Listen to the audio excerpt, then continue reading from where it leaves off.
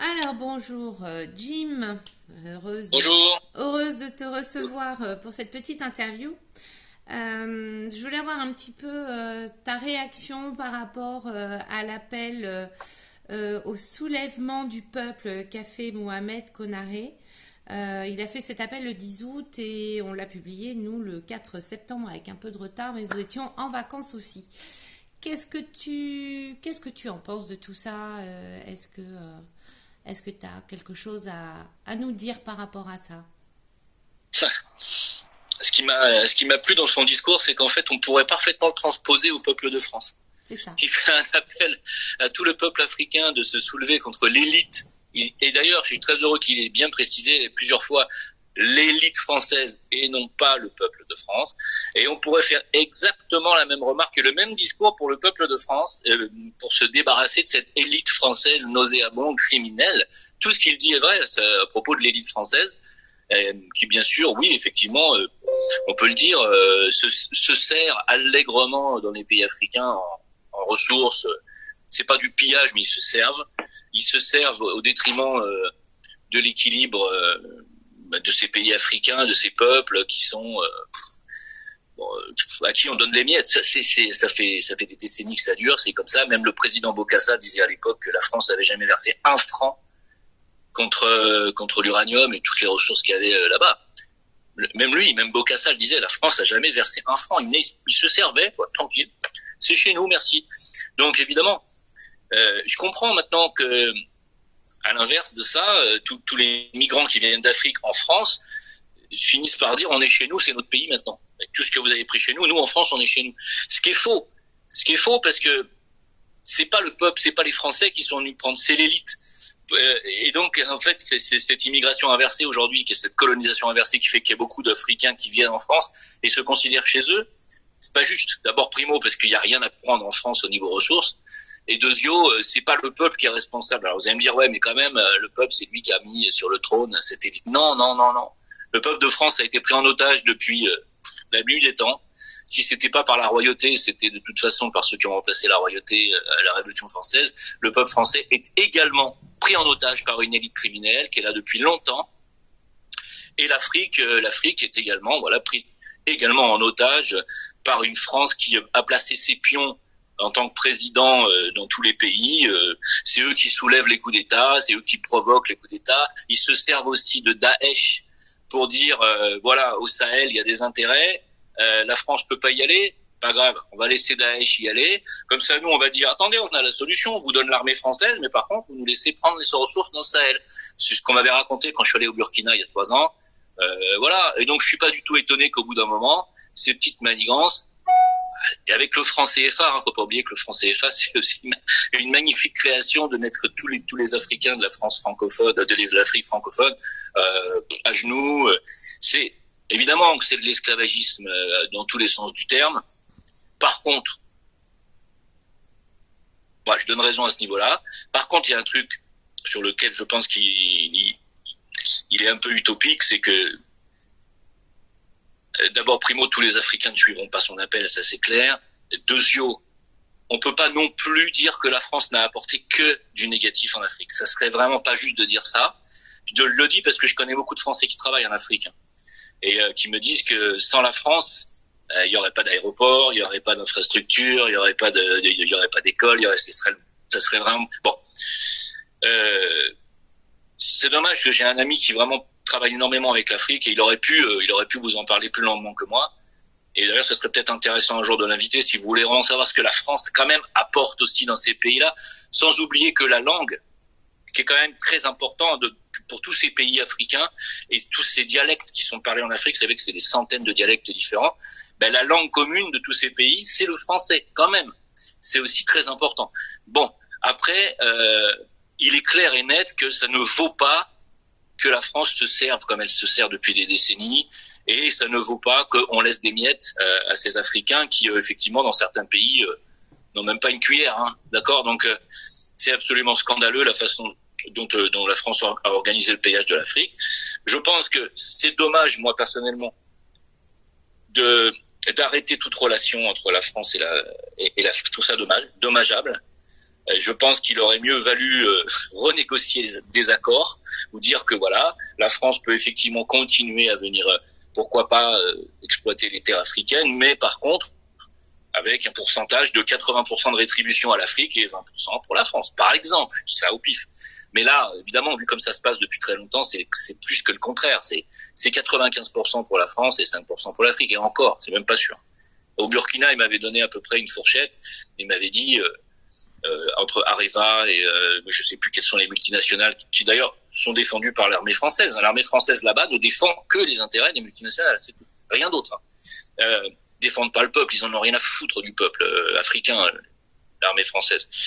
D'ailleurs, ça aussi, il faudrait qu'un jour les militaires français nous expliquent quelle est leur moralité. Si c'est protéger les multimilliardaires, faut le dire. Bon, là, c'est une armée pour multimilliardaires, c'est pas une armée qui défend la France. Depuis quand? Bref. Et c'est ce qu'il m'avait dit. Il m'avait dit, voilà, ces grandes multinationales, c'est à peu près ce qu'ils prennent, 95%, puis le reste, c'est pour, voilà, c'est des haricots, quoi. Donc, ça peut pas durer comme ça éternellement. Le seul problème de l'Afrique, et c'est ce que c'est vraiment la réflexion, c'est est-ce que les Africains aujourd'hui sont capables d'être autonomes?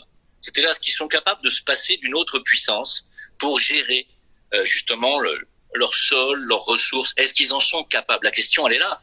Parce que quand c'est pas la France, c'est la Chine. Par exemple, je crois que c'est en Côte d'Ivoire. C'est en Côte d'Ivoire? Non, c'est pas en Côte d'Ivoire. Au Cameroun, par exemple. Au Cameroun, la Chine a construit un port, un des plus grands ports, je crois, du monde. Port où ils extraient les ressources, ils amènent ça en Chine. C'est la même chose, ils font la même chose. Si c'est pas les Français, c'est les Chinois. Et si c'est pas les Chinois ou les Français, de toute façon, c'est qui? C'est les Russes derrière. Ce sera une autre puissance. On est d'accord. Maintenant, là, on va rentrer sinon dans quelque chose de très long, je pense. Maintenant, la seule question que j'aurais envie de te poser par rapport à ce que tu disais sur ce que la France apporte dans ces pays-là, est-ce que tu penses que si on n'avait pas pillé, si on avait payé réellement le prix de toutes les matières qu'on a pu piller là-bas, ne crois-tu pas qu'ils auraient eu les moyens de s'offrir des aéroports, des écoles, des routes et toutes ces choses-là? On a bien quand sûr même que pillé. Si. Ouais. Bien sûr que si. Mais si tu veux, tout est mis sous tutelle, tout est complètement chapeauté aussi politiquement, tu vois. C'est-à-dire que les moyens, ils les ont de se construire des aéroports. Le problème, c'est qu'on va pas laisser les ingénieurs africains le faire. On va mettre des ingénieurs français. Pour les écoles, on va mettre des instructeurs français. Tu vois, c'est toujours, il y a une tutelle, une mise sous tutelle complète. Là, ce qu'il faudrait voir, c'est est-ce que les pays africains sont capables de se prendre totalement en main à 100%. Moi, je pense qu'ils le sont, hein. Mais il faudrait que les pays comme la France et les pays qui ont un pied là-dedans dégagent une fois pour toutes pour qu'on voit. On voit ce qu'il en est. Et là, tous les pays, pas seulement la France, la Chine, la Russie, enfin tous oui, les pays qui sont comme des vampires, des rapaces autour d'une proie. Ouais, c'est ça le problème en fait. Bien sûr, c'est ça le problème. C'est un pays qui est tellement riche et qui est tellement convoité que si c'est pas la France, ça sera un autre. Bon. Ensuite, il ne faut pas oublier non plus que le ras-le-bol de la France aujourd'hui se généralise en Afrique, c'est parce que c'est les Russes qui poussent derrière. C'est une guerre économique menée par la Russie. Pourquoi? Parce que Poutine préfère faire ça et couler la France économiquement que de nous balancer un Satan 2 sur la tronche et détruire totalement le pays avec une seule bombe. Il est capable. Il veut pas nous faire la guerre. Donc, qu'est-ce qu'il fait? Il a dit d'accord. Bruno Le Maire a dit qu'il allait couler l'économie russe. Ben, on va voir. Et donc, du coup, il nous a complètement défoncé, il faut le dire, voilà. Après, avec tout ce que tout ce que fait le gouvernement actuel et tout ce qu'ils ont fait auparavant, il y a quand même une volonté de détruire l'économie française depuis un certain temps, me semble-t-il, sans que ce soit Poutine derrière. Je ne sais pas ce que tu en penses, Jim. De la part de Macron? Ah bah oui, Macron, bien sûr. Sarkozy, Hollande, enfin les prédécesseurs aussi, hein, c'est pas nouveau. Il y a quand même, à mon avis, quand on regarde un petit peu ce qui s'est passé, il y a une volonté de destruction depuis quelques décennies. Hein. Ouais, enfin, c'est une volonté de destruction des souverainetés. Donc pour qu'un pays n'ait plus de souveraineté et qu'il soit simplement un État, hein, comme le Kansas, l'Arkansas, tous les États américains, ils ont une souveraineté qui est limitée, puisque la grande supra-souveraineté, c'est Washington. C'est ce qu'ils veulent. Ils veulent que la supra-souveraineté des pays européens soit Bruxelles. Mais ils veulent pas qu'il y ait de souveraineté nationale. Et pour qu'il n'y ait pas de souveraineté nationale, il faut détruire les industries nationales. Donc, ils ont commencé par désindustrialiser la France. Ce qui est, il faut le dire, c'est une trahison nationale qui mériterait de les mettre sous les barreaux jusqu'à la fin de leur jour, quand même, hein, il faut le dire. Voilà. Que ce soit Sarko, que ce soit Hollande, ou que ce soit l'autre. Oui. C'est la... Et en fait, qui dirige ce plan-là derrière, de désindustrialisation? Qui? C'est pas Macron, c'est pas Hollande, c'est pas Sarko, d'accord? Il y a un État profond. Ce sont des bons élèves, en fait. Voilà, ce sont des élèves obéissants. L'État profond, c'est quoi? C'est les Rothschild, hein, c'est la clique Rothschild qui tient la dette française. La dette. Le problème, il est là. C'est quand un pays comme la France a plus de 100% du PIB d'endettement, il est foutu. Il faut dire les choses. Ouais. Si tu achètes une maison et que tu as encore 100% de dette à payer, tu n'étais pas ta maison. Hein. C'est pas compliqué à comprendre. Donc aujourd'hui, c'est des privés dont on ne sait rien. D'ailleurs, on ne connaît pas les noms des privés qui tiennent la dette française à plus de 50%. C'est quand même absolument hallucinant. Des mecs dont on ne sait rien. Donc ces mecs-là, il suffit qu'ils disent à Macron ou au président qui a été placé, parce qu'ils sont placés, ils ne sont pas élus. Oui, ça, on le sait. Voilà, ça je sais que vous le savez. Hein. Non, mais je veux dire, il suffit qu'ils leur disent, voilà, vous allez, tiens, ça, vous allez nous le vendre, ça, vous allez dégager, ça, vous allez le couler, ça. Puis voilà, c'est tout. Le but, l'ordre, c'est la destruction de la souveraineté française et des autres pays d'ailleurs. Hein. Il n'y a pas que la France, surtout la France. Ouais. Voilà, vous détruisez ça, vous détruisez, alors oui, l'identité aussi nationale, c'est très important de la détruire. Vous allez détruire la chrétienté, vous allez me cramer les églises, vous allez faire venir des musulmans par millions pour que on chasse les autochtones, c'est-à-dire tout ce qui est franco-chrétien ou même ceux qui sont pas spécialement pour l'ouverture aux immigrés. Moi, je suis né dans le 93, je suis né à Saint-Ouen. Je les ai vus dans les années 80 arriver les millions de personnes, je les ai vus. J'ai bien vu que cette banlieue parisienne allait plus être la même. Hein. C'est évident quand on me dit que c'est pas vrai qu'il n'y a pas de grand remplacement. Mais bien sûr que si. Enfin, vous êtes aveugle. Mais allez vivre dans le 9-3. Tiens, vous me faites marrer, sans déconner. Moi, j'en viens. Je peux te le dire.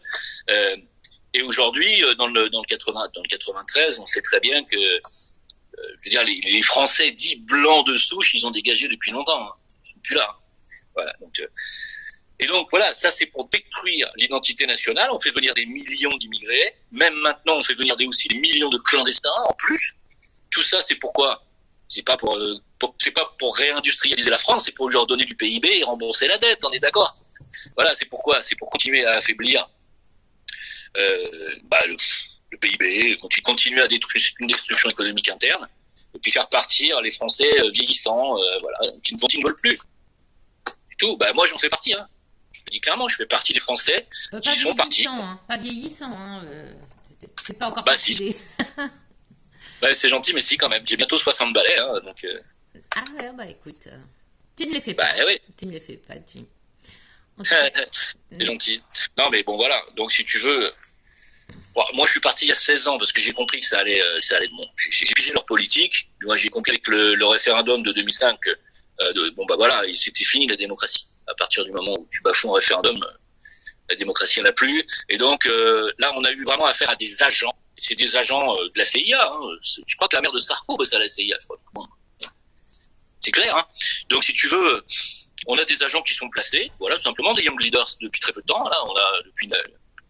Ils sont placés partout, que ce soit Trudeau, que ce soit Véran, que ce soit Chiappa aussi, que ce soit même en Nouvelle-Zélande. Ils sont partout. Ils sont partout les young leaders. Donc c'est un plan mondial. Hein. Ils sont en train de se coaliser pour nous affamer. Alors ils ont déjà affamé l'Afrique. Voilà, pour en revenir sur l'Afrique, ils les ont bien affamés. C'est vrai que ce qui se passe au Gabon, par exemple, le Gabon, c'est un pays qui est très riche, qui a du pétrole. Et malgré ça, les gens sont d'une pauvreté sans nom. C'est pas normal que dans un pays qui a du pétrole, les gens soient pauvres. C'est complètement dingue. C'est comme ce qu'ils ont fait en Libye. La Libye était le pays qui avait le plus haut, le plus haut revenu d'Afrique. C'était le pays qui avait la meilleure qualité de vie d'Afrique, la Libye, hein, de Kadhafi. Dans quel état ils l'ont mis? Bon. Voilà, qui est passé par là, encore une fois. Bon, C'est voilà. toujours les mêmes, hein. Espérons que le peuple africain se soulève et puis que les peuples du monde entier disent stop, on n'en veut plus. Le peuple africain se soulève, il faut qu'il soit derrière, il faut qu'il soit autonome. Si c'est virer la France pour la remplacer par la Russie, ça sera rebolote dans plusieurs années, ça sera la même chose. Remplacer le français par le russe, ça va pas faire des Africains des gens plus riches. Non.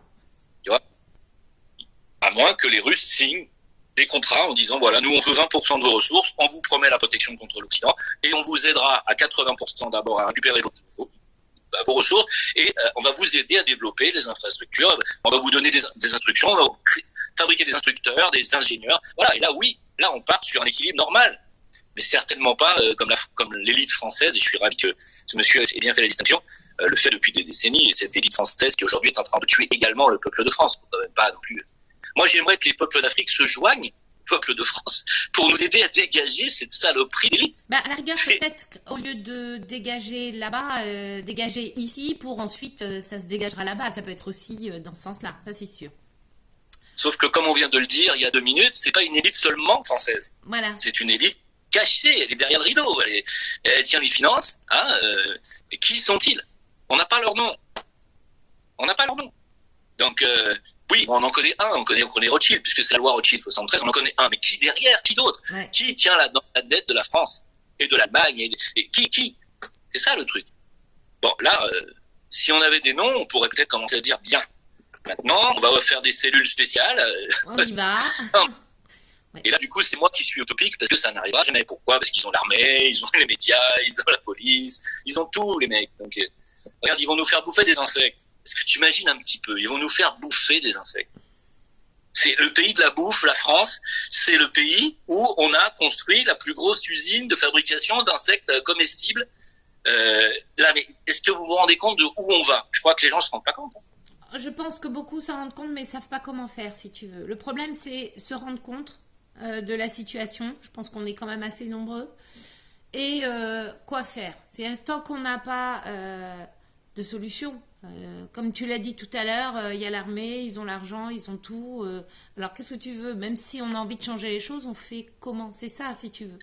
Et je comprends que ce soit compliqué. Est-ce que les Français doivent descendre, enfin doivent arriver au niveau de vie des Africains pour comprendre que il va falloir sortir les machettes? Est-ce que le Français doit en arriver aussi là pour comprendre? Bah peut-être. Oui. Bah voilà. Bah peut-être. Qu'est-ce que tu veux? Peut-être. C'est tout, hein. Alors il y en a qui vont dire ouais mais tu vois tu fais un appel à la violence. Tu fais pas l'appel à la violence, c'est un appel à quoi là? On est géré par une clique de criminels. Si vous voulez je vous dise. Je crois que les gens n'ont pas compris, mais les Africains ont compris. C'est la même clique. Ils parlent bien de nos gouvernements. Les Africains, quand ils disent qu'ils sont criminels, machin, ils parlent bien ils parlent bien de notre gouvernement. On est d'accord. Pourquoi eux le comprennent et pourquoi les Français ne le comprennent pas?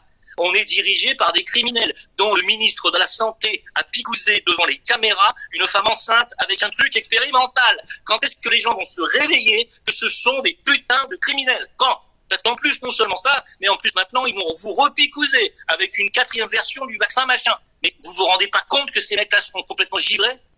Qu'est-ce qu'il vous faut? Vous la voyez pas, la surmortalité dans les pays vaccinés, là? Chez les jeunes, les moins de 25 ans, c'est une hécatombe de myocardite, vous le voyez pas?